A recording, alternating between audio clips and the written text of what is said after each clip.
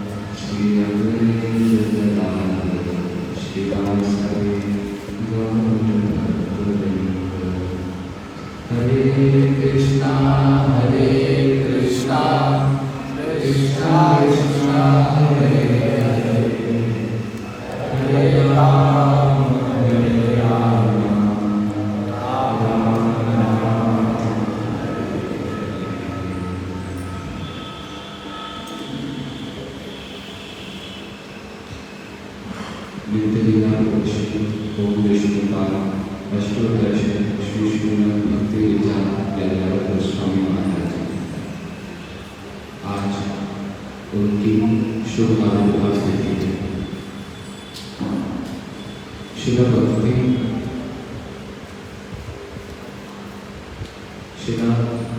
सिद्धांत सरस्वती गोस्वामी ठाकुर शिला प्रभुपाद जी उनके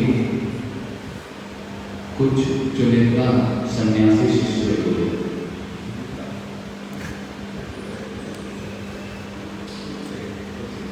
कुछ एक सन्यासी शिष्य हुए। उनमें से जो अंतिम सन्यासी शिष्य वो थे शिला भक्ति विद्या गोस्वामी महाराज। शिला प्रभुपाद जी के अनेक शिष्यों का जो जीवन चरित्र है उसमें अनेक प्रकार की शिक्षाएं हमें प्राप्त होती हैं भक्ति जगत से संबंधित। पुनीत सी की शिला भक्ति विद्या गोस्वामी महाराज जी के जीवन की कुछ एक शिक्षाओं को हम श्रवण करने का प्रयास करते हैं। एक बार शिला भक्ति विद्या गोस्वामी महाराज जी जब ब्रह्मचारी थे, संन्यास से पूर्व उनका नाम था श्री सर्वेश्वर ब्रह्मचारी। तो सर्वेश्वर ब्रह्मचारी और एक और ब्रह्मचारी मठ में थे। तो उस समय एक बहुत बड़ा एक नामी ज्योतिषी आया मठ में। तो वो इतना उसका नाम था पूरे शहर में, पूरे उस एरिया में कि जो भी ये भविष्यवाणी करता है, जिस प्रकार से वो हाथों की रेखाएं पढ़ लेता है और एकदम सटीक वो बता देता है कि इस व्यक्ति के जीवन में आगे क्या क्या होगा। तो ऐसा व्यक्ति जब मठ में आया तो श्री सर्वेश्वर ब्रह्मचारी और एक और जो भक्त है उन दोनों ने अपना हाथ दिखाया ज्योतिष। तो वो ज्योतिष ने जब हाथ देखा तो उन्होंने हाथ देखते बोल दिया कि तुम दोनों के जीवन में विवाह लिखा होगा और ये पक्का है कि होगा ही होगा, ये मिट नहीं सकता। तो अब दोनों जब ब्रह्मचारी तो दोनों ने सुना। तो मठ में किसके आए हैं? मठ में आए हैं ब्रह्मचारी बन के एक त्यागी जी व्यतीत करने के लिए, भगवान की सेवा के लिए, गुरु जी की सेवा के लिए। तो जब ये विचार सुना और कितना बड़ा ज्योतिषी जिसका कभी भी कोई बात गलत होता नहीं, उसने ऐसे बोल दिया, वो भी बड़े ही जोर देकर कि कुछ भी बदलेगा नहीं, तुम दोनों का विवाह होगा ही होगा। तो कुछ समय बाद क्योंकि श्री सर्वेश्वर ब्रह्मचारी शिला भक्ति बहुत ही छोटी आयु से ही बड़े ही मेधावी बचपन से और सारे शास्त्रों का ज्ञान बड़े अच्छे से उनको जो गौड़िया विचारधारा है, महाप्रभु की जो विचारधारा है, अपने गुरु मुख से जो भी सुनते हैं उन सारी विद्या को बड़े सुंदर रूप से वो धारण करते हैं और इतने अच्छे से उस विचार को सिद्धांत को समझते हैं कि श्री प्रभुपाद जी उनके प्रति बड़े प्रभावित और बड़ा ही उनके प्रति स्नेह उनका रहता है। तो श्री प्रभुपाद जी ने इच्छा करी कि मैं तुम्हें संन्यास लेना चाहता हूँ। हालांकि उस समय श्री सर्वेश्वर ब्रह्मचारी ज़्यादा उम्र नहीं हुआ, वो यंग था। तो उसी समय श्री प्रभुपाद जी ने कहा कि तुम संन्यास ग्रहण करो मेरे से। तब अब श्री सर्वेश्वर ब्रह्मचारी के मन में क्या है कि मेरे तो विषय में उस ज्योतिष ने आके अभी बोल नहीं रहे प्रभुपाद जी से, लेकिन मन में विचार है, घबरा रहे हैं कि मेरे विषय में तो बता रखा है ऐसा कि मेरा विवाह होगा, अगर मैंने संन्यास ग्रहण कर लिया और बाद में मेरा विवाह करने का इच्छा हो गया तो कितना खराब होगा, मैं तो बात राशि बन जाऊंगा।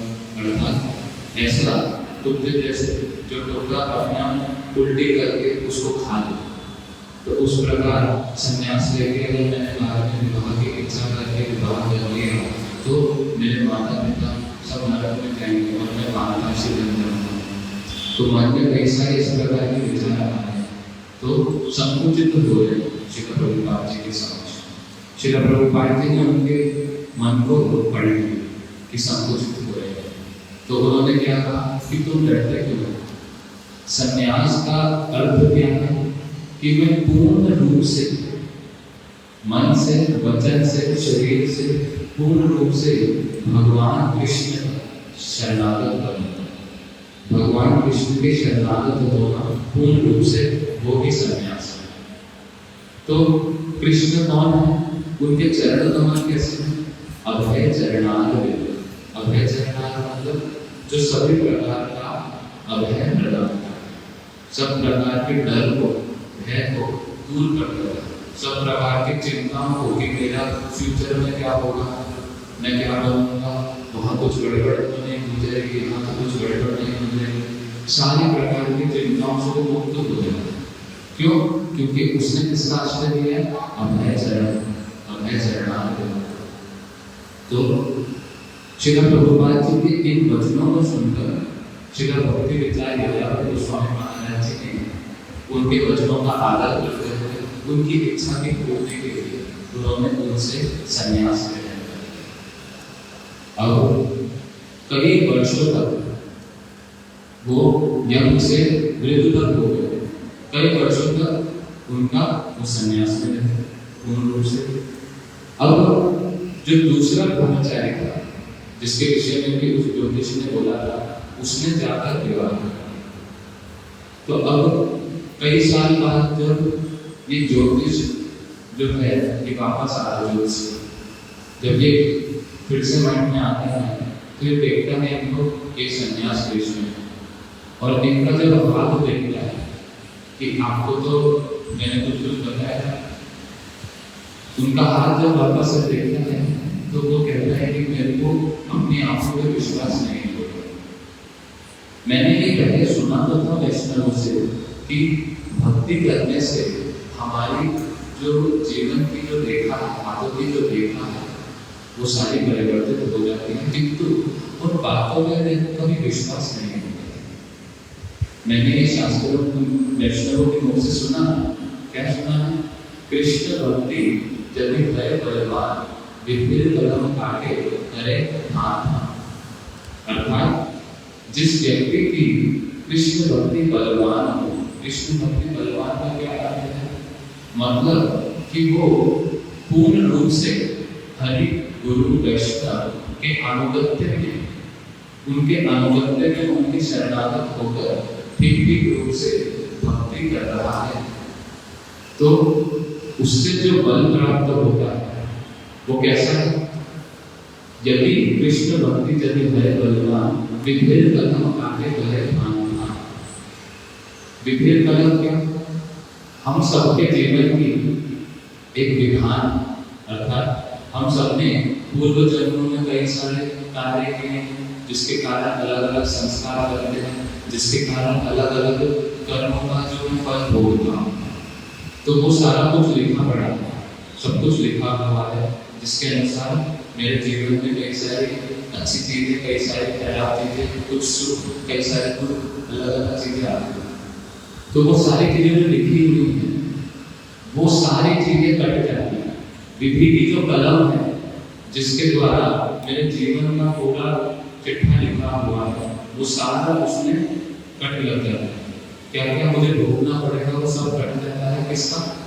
जो जिसका भक्ति बलवान, कृष्ण भक्ति यदि करे बलवान विभिन्न कलम काटे करे भान।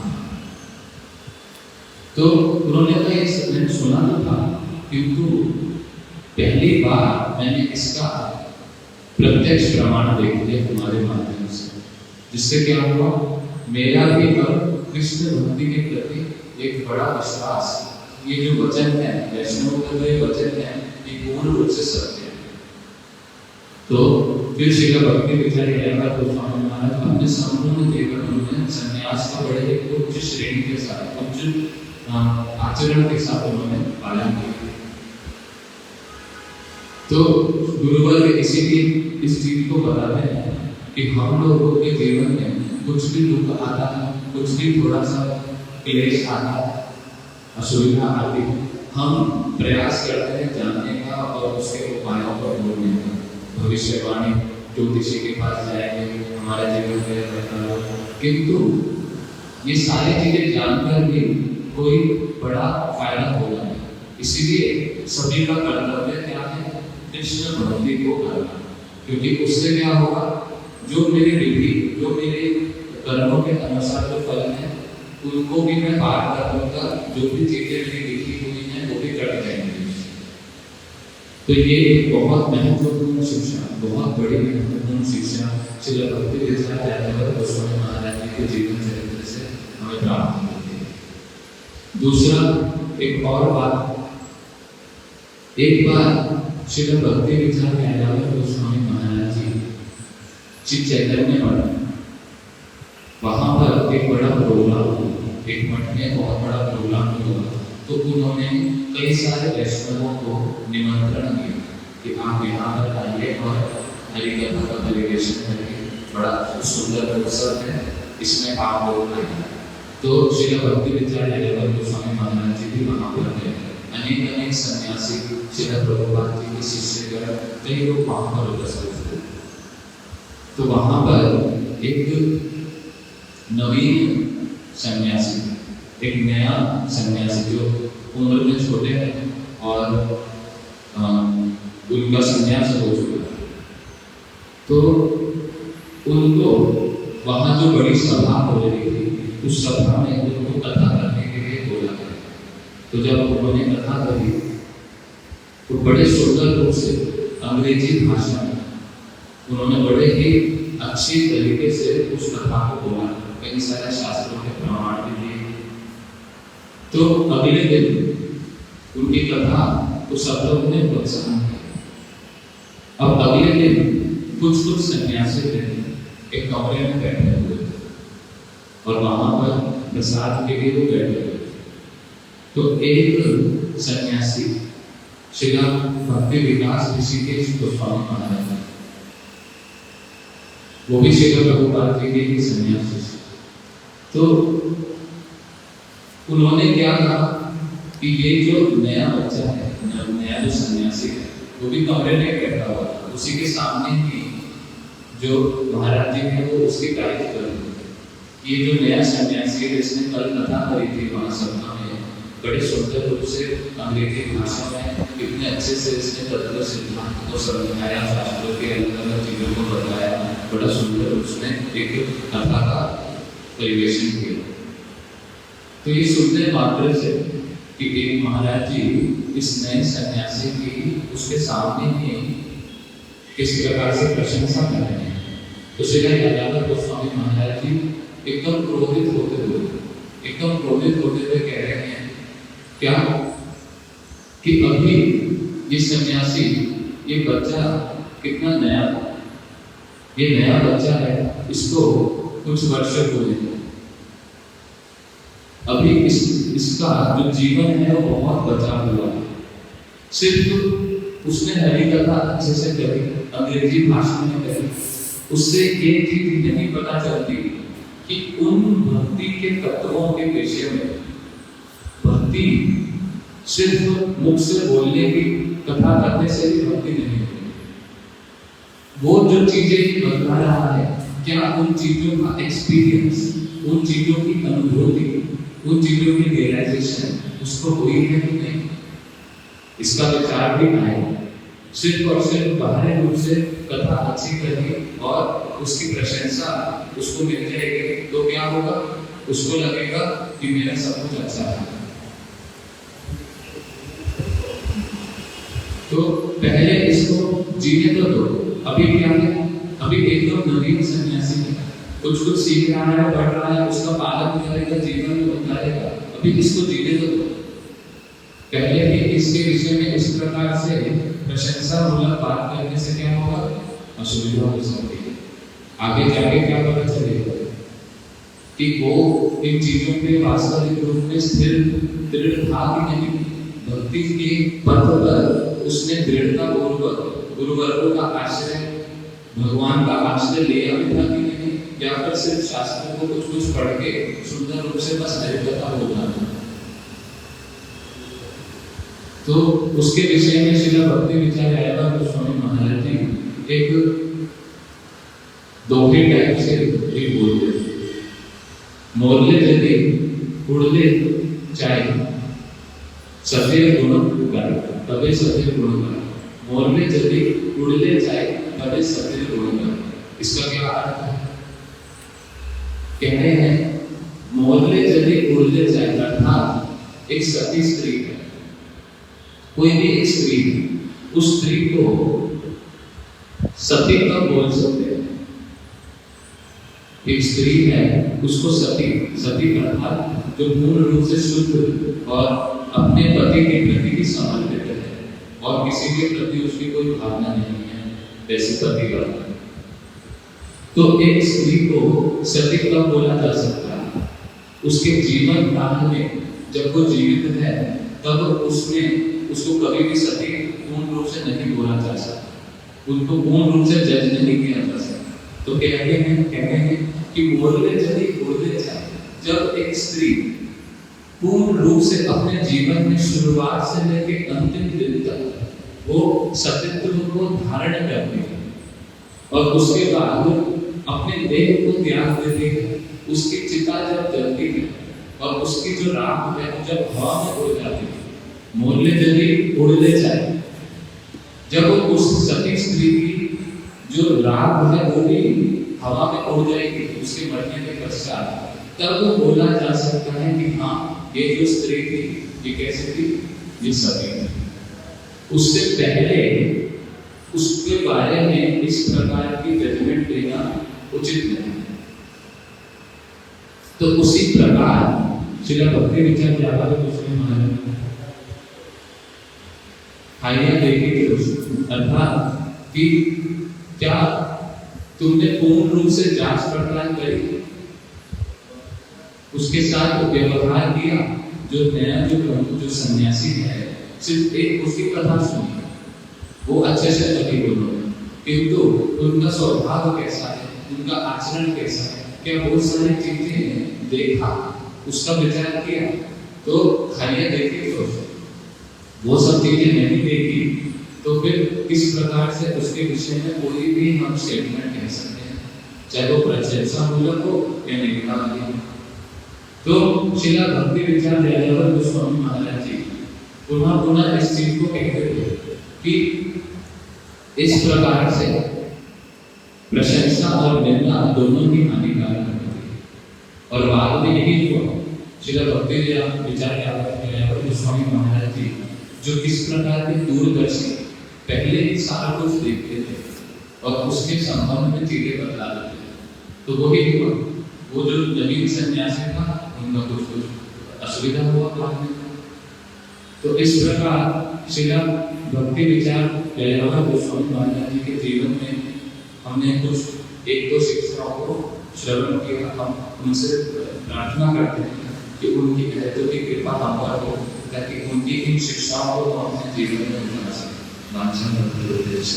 कृपा सिंधु पतितानां पावनेभ्यो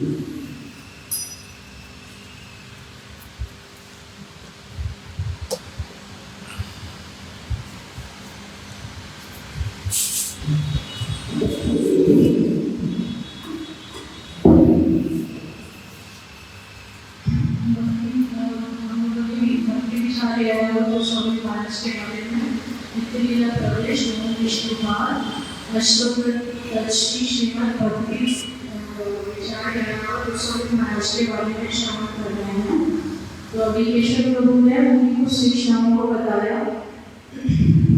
उनकी एक और प्रमुख शिक्षा पूज्य भक्ति विज्ञान भारती महाराज जी के मुख से समस्त प्रभुपाद के भाषणों को सुनने का जो सौभाग्य हुआ,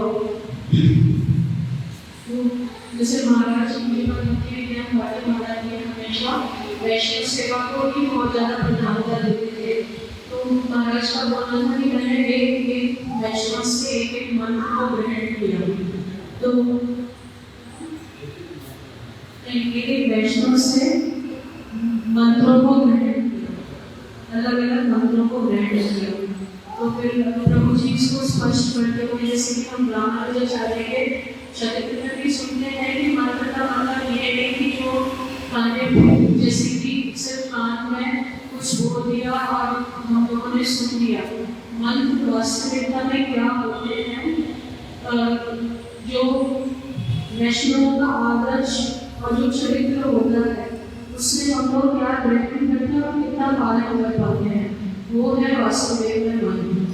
तो इस प्रकार से फिर उनका एक जो उनकी एक विशेष कि जब वो किसी मठ इत्यादि में जाते थे, तो एक बार वो किसी मठ में गए, हाँ वो जगन्नाथपुरी में किसी मठ चैतन्य गौड़िया में मुझे पता कि भारती महाराज जहाँ पर के स्थित थे चैतन्य गौड़िया मठ में, जो प्रभुपाद का जन्म स्थान। तो जब वो वहाँ पर गए तो उन्होंने देखा कि वहाँ पर कीर्तन हो रहा है और हमें वो अपने बैगेज के साथ में, तो उन्होंने ये नहीं करा कि जाकर वो पहले ढूंढे कि कमरा वहाँ पर है या स्नान कर लो या कुछ पानी पी लो। तो सर्वप्रथम उन्होंने कीर्तन की सेवा करी। तो उनसे बोला कि आप जाकर अपना बैग लो, पहले कुछ स्नान वगैरह कर लीजिए, कुछ वगैरह नहीं, पहले मैं सर्वप्रथम सेवा करूँगा। तो मुझे बार भक्ति विज्ञान भारती महाराज के समय में कुछ चाइनीज भक्त होते थे। तो चाइनीज भक्तों का ये तो इसका ये अर्थ है कि सर्वप्रथम पहले कहीं भी किसी स्थान पर जाना है तो पहले सेवा करनी है, फिर उसके बाद ही कुछ ग्रहण करना है। ये नहीं कि पहले अपने लिए कुछ ले लिया और फिर बाद में सेवा करो। तो इसीलिए उन्होंने अपना बैगेज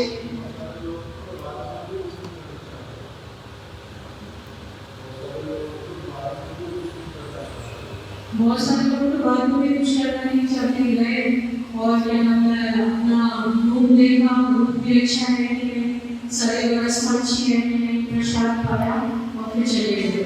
लेकिन भक्ति विचार्य आया गोस्वामी ने इस प्रकार का आचरण करके दिखाया कि सबसे पहले हम लोगों को सेवा करनी है।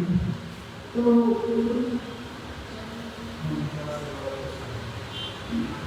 उन्होंने कीर्तन की सेवा करी, वो कीर्तन में बैठ गए और उन्होंने कीर्तन की उनका कारण अत्यंत मधुर था और वो बहुत अच्छा कीर्तन करते थे। उन्होंने सबसे पहले कीर्तन की सेवा करी।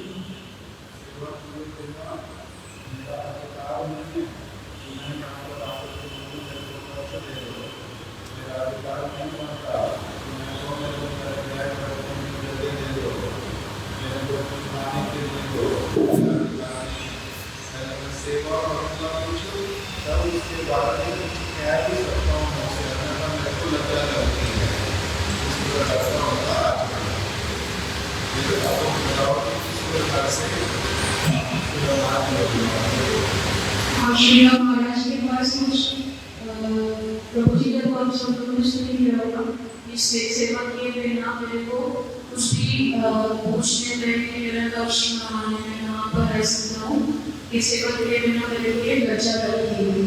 तो फिर पूज्य बात भक्ति विज्ञान भारती महाराज के मुख से सुना, प्रभु जी के मुख से सुना कि एक बार जो चाइनीज भक्त जो आते हैं उनको हिंदी नहीं आती, उनको इंग्लिश भी नहीं आती, वो इंग्लिश ट्रांसलेशन भी पता नहीं समझ पाते हैं। बस वो महाराज जी की कथाएं ही सुनते थे।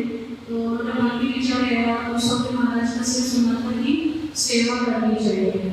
तो एक बार क्या हुआ, चाइनीज भक्त कुकीज बना रहे थे और कुकीज बनाते बनाते उनको इतना समय हो गया कि प्रसाद का समय भी निकल गया। तो महाराज ने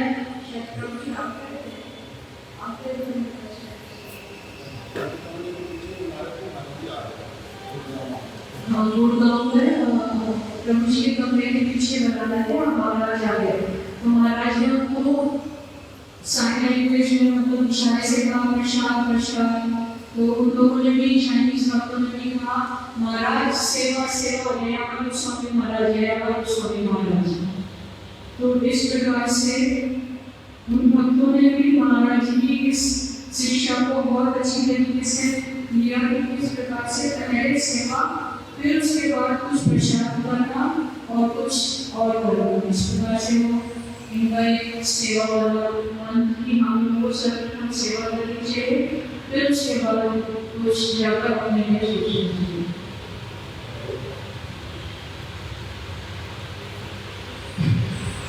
भक्ति विचार गोस्वामी महाराज का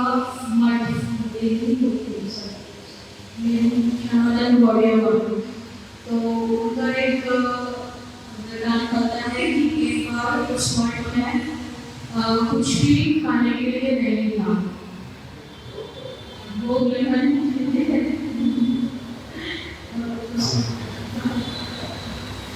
ठाकुर जी को भोग लगाने के लिए और बहुत सारे ब्रह्मचारी आदि हैं, तो उस मठ में कुछ भी नहीं था ठाकुर जी की सेवा करने के लिए। तो अभी हम बहुत दिनों से प्रभु जी से कथा सुनी रहे हैं, अनंत चिंतन माम ये जन्म परिभाषित है, भगवद गीता का ये श्लोक किस प्रकार से भगवान बोलते हैं कि अनन्य भक्ति करने से भगवान के नवी जो अन्य कामना रहे जो भक्ति करता है और जो नित्य अभ्युक्ता नाम, जो नित्य प्रति मेरा भजन करता है, और तो भगवान उसके लिए कह रहे हैं कि मैं उसका योग और क्षेम दोनों करता हूँ।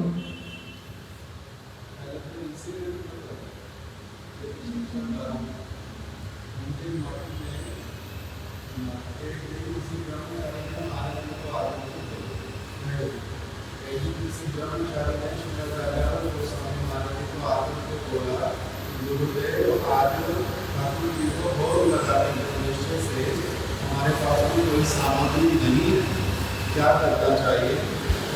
क्या करना चाहिए? और सारे लोग बैठ करके हरि नाम करो, भगवान का कीर्तन करो और ताला लगा दो, चाबी मेरे पास ला दो। वो ऊपर वाली मंजिल पे रहते थे, मंदिर का अंदर से ताला लगवा दिया, चाबी लेकर के स्वयं जो है ऊपर अपना रह गए। भक्तों को बोलते हैं आप लोग कीर्तन करो।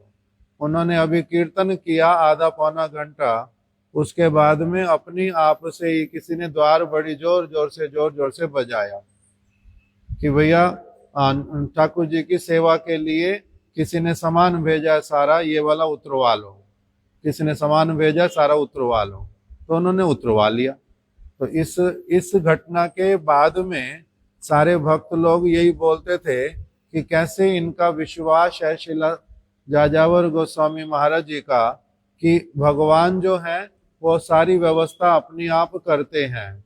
इसलिए हमारे को क्या करना है? मुख्य रूप से कीर्तन, कथा इत्यादि में निमग्न रहना है और वस्तुओं की चिंता हमारे को नहीं करनी है।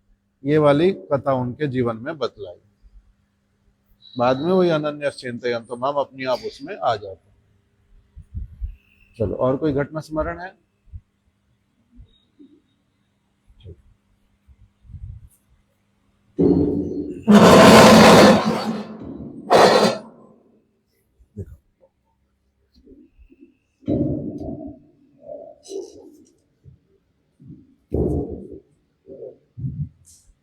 और हमारे महाराज जी उनके विषय में एक बात बतलाते थे कि किस प्रकार से श्रील जाजावर गोस्वामी महाराज जी एक बार कोलकाता में धर्म सभा हुई मठ के भीतर में, श्री चैतन्य गौड़िया मठ में।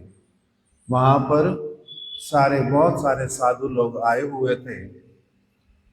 सबको कथा बोलते समय बहुत हो गया। श्रील जाजावर गोस्वामी महाराज जी को उस दिन कथा बोलने के लिए नहीं दिया गया समय, उनको समय नहीं दिया गया था। उस दिन हुआ नहीं समय देने का। अभी उस दिन सभापति के रूप में एक जज आए हुए थे। श्री चैतन्य गौड़िया मठ में अलग अलग लोगों को बुलाते हैं सभा में बाहर से, और किसी न किसी व्यक्ति को सभापति बना देते हैं, जिससे कि वो भी चैतन्य महाप्रभु की कुछ कुछ बातें सुन करके जाएं। तो एक जज को सभापति बनाया था, वो भी कथा सुन रहे थे। अभी कथा जब सबकी पूरी हो गई तो उन्होंने कहा कि अब मैं चलता हूँ, मेरे को कहीं और जाना है, ज्यादा देर कीर्तन इत्यादि में मैं रुक नहीं पाऊंगा। तो ठीक है, वो जज को छोड़ने के लिए वो उठ गए अपने आसन से। उनको छोड़ने के लिए शिला भक्ति वल्लभ तीर्थ गोस्वामी महाराज और हमारे महाराज शिला भारती गोस्वामी महाराज दोनों गए। उन्होंने ठाकुर जी को प्रणाम किया जज ने जाते समय। फिर इन लोगों ने उनके हाथ में प्रसाद इत्यादि दिया कुछ। फिर इनको कार में बिठाने के लिए गए, बाहर मंदिर के बाहर कार में बिठाने गए। इधर दूसरी तरफ शिला माधव गोस्वामी महाराज जी ने कीर्तन के लिए कह दिया शिला जाजावर गोस्वामी महाराज जी को, आज आपको कथा बोलने के लिए हम दे नहीं पाए, आज आप कीर्तन कर दो। इन्होंने कीर्तन प्रारंभ किया। अभी नारद मुनि बाजाए वीणा राधिका रमण नामे, ये वाला कीर्तन इन्होंने करना शुरू किया। एक ही अभी पंक्ति गाई थी, जज के कान में पड़ गई बाहर सड़क पे। वो बोल करके उठे थे, मेरा बहुत जरूरी काम है, अब मैं चला जाऊंगा और मैं बैठ नहीं सकता। किंतु वो कीर्तन का एक लाइन सुनने के साथ ही साथ में वो गाड़ी में से फिर उतर गए और महाराज जी को बोलते हैं कि मैंने भीतर जाकर के कीर्तन सुनना है पहले, फिर बाद में जाऊंगा। कीर्तन सुना बैठ करके, बड़े ही आनंदित हुए और उनका अपना कार्यक्रम छोड़ दिया उन्होंने जहां जा रहे थे। और शिला माधव गोस्वामी महाराज जी को कहने लगे कि महाराज, मैंने कीर्तन तो बहुत सुने अपने जीवन में, किंतु जिस प्रकार से इन्होंने कीर्तन किया है, इतना हृदय से कीर्तन कोई करता है क्या? इनके कीर्तन में जिस प्रकार का भावना छिपा हुआ था वो एक बड़ा अद्भुत। इसलिए मैं प्रार्थना करता हूं कि आप कल कृपा करके आप इनको अपने साथ में लेकर के मेरे घर पर पधारो, इनके चरण मेरे घर में पड़े, मेरी ये प्रार्थना है। अर्थात बड़े ही प्रेम के साथ में कीर्तन गाते थे, उसमें डूब करके कीर्तन गाते थे, हृदय से कीर्तन गाते थे, केवल गाने के लिए नहीं गाते थे, प्रार्थना करते हुए गाते थे, ऐसे वाला कीर्तन करते थे। शिला प्रभुपाद जी ने अपने अंतिम समय में पुरी में जब वो थे, ये उस समय शिला जाजावर गोस्वामी महाराज जी थे गया में।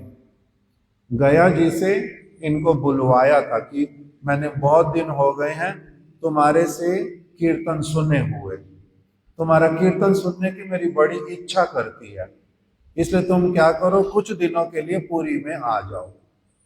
पुरी में प्रभुपाद जी ने स्वयं बुलाया इनको और कुछ दिनों तक नित्य प्रति इनसे अलग अलग कीर्तन सुनते थे। इस प्रकार का ये बड़ा प्रेम पूर्वक कीर्तन गाते थे, गुरुवर्गों के आचार्यों के कीर्तनों को गाते थे। एक दिन कार्यक्रम चल रहा था और उसी में बिजली चली गई। सारे लोग उठ करके इधर से उधर, कोई कुछ कर रहा है, कोई कुछ कर रहा है, क्या करें ऐसे वाला कर रहे हैं। शिला जाजावर गोस्वामी महाराज जी ने सबको एकदम से डांट दिया और डांट करके कीर्तन शुरू कर दिया कि कीर्तन करो, अगर लाइट चली गई है फिर आ जाएगी, इतनी आफत क्या आ रही है, उसी में इतना अधिक तुम्हारी छटपट क्यों कर रहे हो, कीर्तन करो। उन्होंने कीर्तन साथ साथ में शुरू कर दिया बड़े जोर से, भजहु रे मन श्री नंद नंदन अभय चरणार विंद रे। हे मेरे मन, इधर उधर भटकता क्या है? इस संसार में अलग अलग चीजें आएंगी जाएंगी, कभी बिजली आएगी कभी बिजली जाएगी, उसके कारण इतना चिंता क्या करता है? क्या करना चाहिए?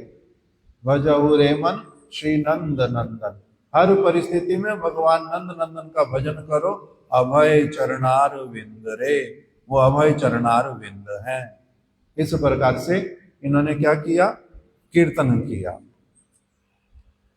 हमारे महाराज जी इनके विषय में बड़ी सारी बातें बोलते थे। शिला भक्ति विचार जाजावर गोस्वामी महाराज जी, इन्होंने महाराज जी ने को जब भी देखना, क्योंकि महाराज जी शुरू में भजन जब करने लगे, इनकी कृपा महाराज जी को बहुत अधिक प्राप्त हुई, इसलिए बड़ी अच्छी तरह का संबंध था एकदम से। तो महाराज जी ने जब भी इनके पास जाना, इन्होंने अपने आप कहना कि अगर कभी भी जगन्नाथपुरी से आओ, तुम्हें पता हो मैं तो मायापुर आ रहे हो, तुम्हें पता है मैं यहाँ पर हूँ, तो मेरे लिए क्या करना? जगन्नाथ जी की खिचड़ी, जगन्नाथ जी का स्पेशल एक दाल आता है, उसका नाम कुछ महाराज जी बोलते थे, इसमें लिखा हुआ, वो वाली दाल लेके आना। वो 2-3 दिन खराब होती नहीं जगन्नाथ जी की दाल, तो वो दाल लेकर के आना। जगन्नाथ जी का प्रसाद अपने आप से मंगवाते थे। दूसरी बात महाराज जी बोलते थे कि किस प्रकार से इनके पास में जाने मात्र से ही इन्होंने क्या करना? बड़े प्रेम से सबको प्रसाद देना। प्रसाद दिए बिना कभी भेजते नहीं थे। एक दिन इनके पास में प्रसाद जो है कुछ था, किंतु भक्त बहुत सारे आ गए। प्रसाद देते देते अंत में समाप्त हो गया। तो अभी क्या करें? उनके लिए कुछ मौसमी आई हुई थी अपने लिए, वही लेकर के एक एक करके बांटने लगे। उनके शिष्य कहने लगा, महाराज मायापुर में मौसमी मिलती नहीं है, कलकत्ता से मंगवाई है, आपके लिए मंगवाई है। तो बोलते हैं कि मरने दो उस बात को, मेरे लिए मंगवाई है। वैष्णव लोग आए हुए हैं, जो संभव कर होगा इनको कुछ ना कुछ प्रसाद अवश्य ही दूंगा। मैं कल ले लूंगा और 2 दिन नहीं खाऊंगा, फिर आ जाएगी, इसमें क्या चिंता का बात है। इस प्रकार के इन लोगों की भावना है। ये वाली बात भी महाराज जी उनके विषय में बतलाते थे।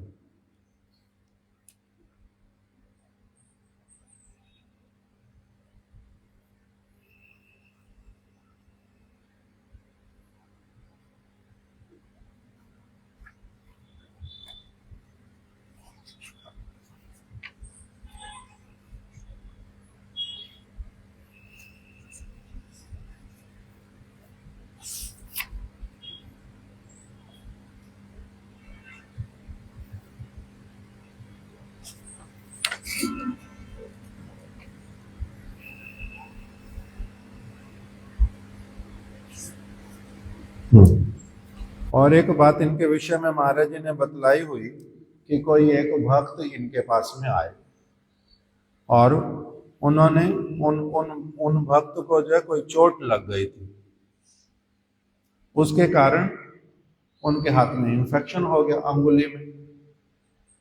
डॉक्टर ने उनको बोला कि तुम्हारा ऐसे वाला अंगुली का इन्फेक्शन है, तुम्हारी अंगुली जो है वो काटनी पड़ेगी, कल परसों तुम्हारी अंगुली काटनी पड़ेगी, ऑपरेशन कर दूंगा, नहीं तो तुम्हारा ये जो रोग है ये सारे शरीर में फैल जाएगा, तुम्हारी अंगुली काट देंगे, ऑपरेशन कर देंगे तब ठीक रहेगा।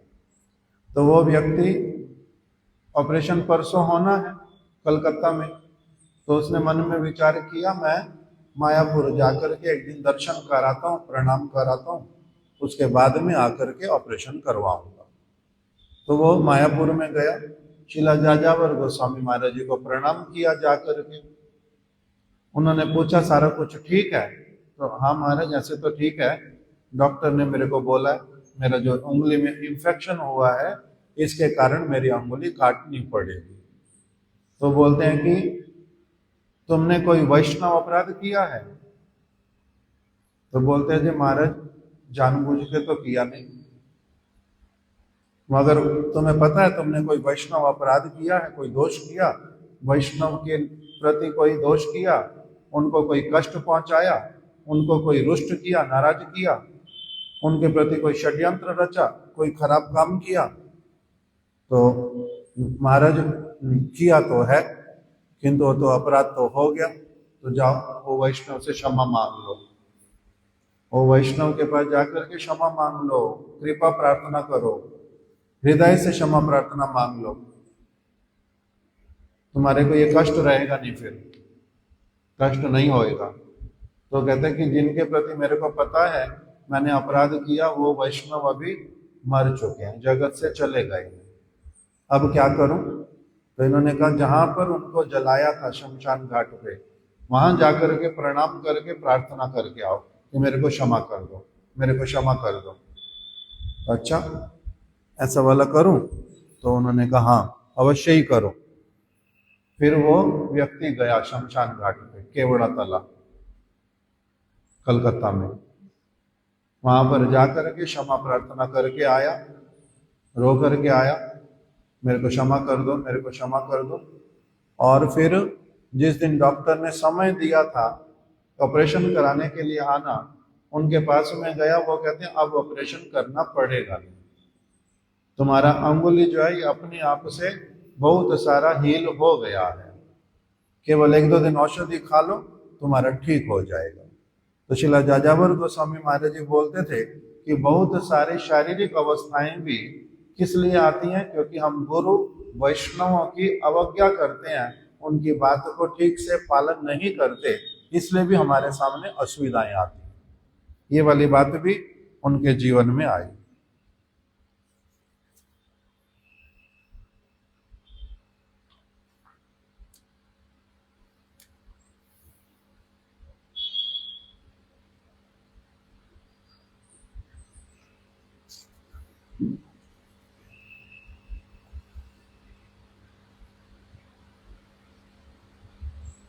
शिला महाराज जी कहते थे उनका एक और स्वभाव था, उन्होंने जब भी किसी वैष्णव को देखना अपने सामने, उन्होंने साथ ही साथ में क्या करना, वो कथा कर रहे हैं, मान लो शिला जाजावर गोस्वामी महाराज जी कथा कर रहे हैं, कथा करते करते उन्होंने किसी वैष्णव को देखा आते हुए, साथ ही साथ में छोटा वैष्णव है, नया है, पुराना है, साथ ही साथ में देखने के साथ साथ ए भाई आओ आओ अभी बैठो और कुछ कुछ कथा सुनाओ, तो साथ साथ में दूसरे को कथा सुनाने के लिए बिठा दे।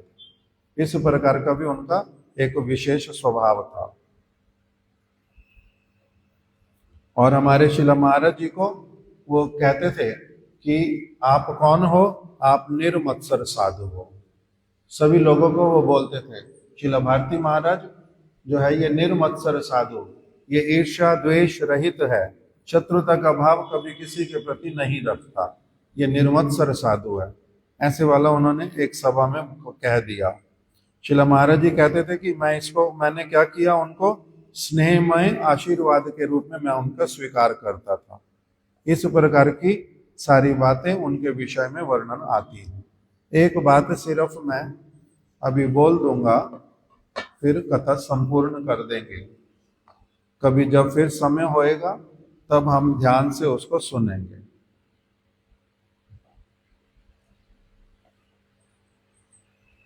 जगन्नाथ रथ यात्रा भक्त लोग जो करते हैं उसमें क्या भावना रहता है, बताओ केशव प्रभु।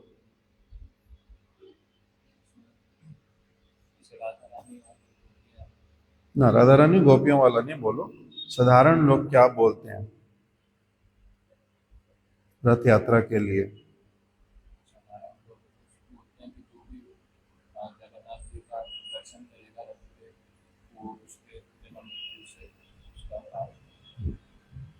देखो शास्त्र में एक बात लिखी हुई है, रथे चा वामनम दृष्ट्वा पुनर्जन्म न विद्यते। क्या लिखा हुआ है कि रथ में अगर कोई व्यक्ति भगवान जगन्नाथ जी को बैठे हुए देखता है तो उसका क्या होता है, उसका फिर पुनर्जन्म नहीं होता, अर्थात वो जन्म और मृत्यु के चक्र से छूट जाता है। समझ आए? ये सुना ही हुआ हम लोगों ने तो, सबने भक्तों ने तो सुना हुआ। क्या लिखा हुआ है? रथे चा वामनम दृष्ट्वा पुनर्जन्म ना विद्यते। पुनर्जन्म नहीं होता जो व्यक्ति भगवान को रथ में बैठे हुए देखता है। यह शून्य अनेके जान रथ यात्रा देखीते। इसी बात को सुन करके रथ यात्रा देखने के लिए हजारों हजारों लोग जगन्नाथपुरी में रथ के समय में जाते हैं।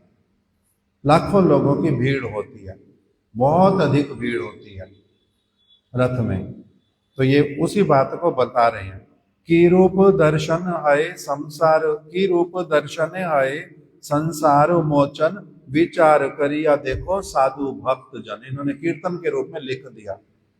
कह रहे हैं कि रूप दर्शन है संसार मोचन, किंतु किस प्रकार के दर्शन के द्वारा एक व्यक्ति का संसार नाश होता है, जन्म मृत्यु का चक्र छूटता है। विचार करिया देखो, इसको विचार करके देखो हे साधुओं, इसको विचार करके अच्छी तरह से देखो। भक्ति बिना तत्व दर्शन कभू नहीं है। जब तक एक व्यक्ति भक्ति जो है उसके हृदय में भक्ति जब तक ना आ जाए तब तक उसको तत्व दर्शन नहीं होता। तत्व दर्शन मतलब भगवान का दर्शन। तत्व किसको कहते हैं? भगवान को। तत्व दर्शन कब तक नहीं होता? जब तक एक व्यक्ति के हृदय में भक्ति ना आ जाए। तो वहां पर बोल रहे हैं रथ में बैठे हुए जब भगवान को देखता है तो कहते हैं वही तत्व दर्शन जब उसका होता है तभी उसका संसार क्षय होता है, अन्यथा नहीं होता। भक्ति बिना तत्व दर्शन कभू नहीं आए। भक्ति के बिना तत्व दर्शन नहीं होता। वेदे भागवत आदिते पुनः पुनः कहे। वेद में भागवत में पुनः पुनः कहा गया कि जब तक एक व्यक्ति के हृदय में शुद्ध भक्ति नहीं आती तब तक उसको भगवान का दर्शन कभी नहीं हो सकता। साधारण दर्शन है सुकृति अर्जन। साधारण रूप में भक्ति के बिना अभी जिनके हृदय में भक्ति आई नहीं है वो जब भगवान का दर्शन करने जाते हैं, जगन्नाथ जी को रथ में बैठा हुआ देखते हैं, इसके द्वारा उनकी सुकृति तो बनती है। साधारण दर्शन है सुकृति अर्जन, तात्विक दर्शन है संसार मोचन। किंतु जब किसी का तात्विक दर्शन होता है तभी उसका क्या होता है? संसार मोचन होता है, नहीं तो नहीं होता। तात्विक दर्शन अर्थ है स्वरूप दर्शन। तात्विक दर्शन का अर्थ क्या होता है? स्वरूप का दर्शन। तात्विक दर्शन अर्थ है स्वरूप दर्शन। ब्रह्म आत्मा भगवान तत्व वस्तुहन। तत्व वस्तु कौन है? भगवान। पहले कैसे दिखलाई देते हैं? ब्रह्म के रूप में, फिर परमात्मा के रूप में। उनकी प्रतीति तीन प्रकार से होती है, ब्रह्म के रूप में, परमात्मा के रूप में और भगवान के रूप में। जगन्नाथ विष्णु कृष्ण स्वयं भगवान। जगन्नाथ जो है वो कौन है? विष्णु ही है, कृष्ण है, भगवान है। पूरी ते विजय मूर्ति करे न प्रमाण, वो भी भगवान ही है। इसीलिए ईश्वर तत्व में तो भेद नहीं करना चाहिए। ईश्वर तत्व में भेद मानिले अपराध है। ईश्वर तत्व में भेद करने से अपराध होता है। श्री महाप्रभु वेंकट भट्टे ये सिद्धांत कहे। महाप्रभु ने वेंकट भट्ट जी को ये सिद्धांत सुनाया था। वामन गौर जगन्नाथ भिन्न तत्व नए। वामन भगवान हो, गौर चंद्र हो, जगन्नाथ जी हो, ये भिन्न भिन्न नहीं है। जाजावर सदा याचे तात्विक दर्शन। शिला भक्ति विचार जाजावर गोस्वामी महाराज जी कह रहे हैं अंत में, मैं क्या कामना करता हूं? मैं भगवान जगन्नाथ जी के केवल मात्र चर्म चक्षुओं से होने वाले दर्शन के लिए प्रार्थना नहीं करता। मैं भगवान के तात्विक दर्शन मेरे को प्राप्त हो, इसी के लिए ही जाजावर सदा याचे तात्विक दर्शन। मैं भक्ति विचार जाजावर महाराज, मैं क्या चाहता हूं? भगवान के तात्विक दर्शन के लिए प्रार्थना करता हूं। इसके बाद में फिर उन्होंने भगवान के दर्शन वास्तविक रूप में किस किस को कैसे कैसे होते हैं, वेद में से, गीता में से, भागवत में से उन्होंने एक एक करके 10-15 श्लोक जो है वो इसमें उच्चारण किए हैं कि भगवान भगवत गीता में भी यही बातें बोल रहे हैं और भागवत में भी यही लिखा हुआ है। भागवत में एक श्लोक, बहुत अच्छा श्लोक उन्होंने बताया इसमें, देखो क्या लिखा है। भगवान कह रहे हैं, शृण्वन्ति गायन्ति गृह्णन्त्यभीक्ष्णसा स्मरन्ति स्मरन्ति नन्दन्ति तवे हितं जना ता एव पश्यन्ता चिरेण तावकं भव प्रवाहो परमं पदाम्बुजम्। जो सारे व्यक्ति, कोई एक भक्त कह रहे हैं भगवान को कि जो भक्त लोग आपकी चरित्र कथा बारंबार बारंबार आपकी चरित्र कथा का श्रवण करते हैं, कीर्तन करते हैं, उच्चारण करते हैं, अथवा कोई अगर जब दूसरा कोई व्यक्ति कीर्तन कथा कर रहा होता है उसका बड़ा आदर करते हैं, तब क्या होता है, तारा ही जन्म परंपरा निवर्तक तुम्हार चरणार विंद अविलंबे दर्शन करे। तब ऐसे व्यक्ति को आपके चरण कमलों का दर्शन प्राप्त होता है। कौन से वाले चरण दर्शन? जो एक व्यक्ति के जन्म और मृत्यु के चक्र को समाप्त कर देते हैं, तब आपका दर्शन होता है। कब होता है? भागवत में बता दिया, जो सारे भक्त बारंबार आपके चरित्र की जो कथा है, लीला कथा हो, गुण कथा हो, आपके नाम की महिमा हो, रूप की कथा हो, आपके परिकरों की लीला हो, इसको बार बार जो सुनता है, कीर्तन करता है, दूसरे लोग करते हैं तो बड़े आदर से सुनता है, उसमें भाग लेता है, ऐसे व्यक्ति को आपका क्या होता है? आपके चरण कमलों का दर्शन होता है। और तब क्या होता है? तब उसका संसार नाश होता है, तब उसका जन्म मृत्यु का चक्र छूट जाता है। इस प्रकार से भागवत के और गीता के भी श्लोकों को उन्होंने एक साथ में बतला दिया। हम किसी और समय में इनका ये वाला जो सारा विचार है अच्छी तरह से श्रवण करेंगे। आज यहीं तक रख देते। मुख्य बात उन्होंने क्या बताई? तात्विक दर्शन का वास्तविक रूप में महात्म्य, उसी से ही क्या होता है? जन्म मृत्यु का चक्र छूटता है, अन्यथा नहीं छूटता। और भक्ति के द्वारा ही भगवान मिलते हैं। अंत में ये वाला भी एक श्लोक उठाया, मध्वाचार्य जी का मेरे को लगता है लिखा हुआ श्लोक, जिसमें उन्होंने क्या कहा है? भक्ति रेवैनम नयति भक्ति रेवैनम दर्श्यति भक्ति वशा पुरुषो भक्ति रेवा भूयसी। भूयसी, भक्ति के द्वारा ही जीव, भक्ति ही जीव को भगवान के निकट ले जाती है।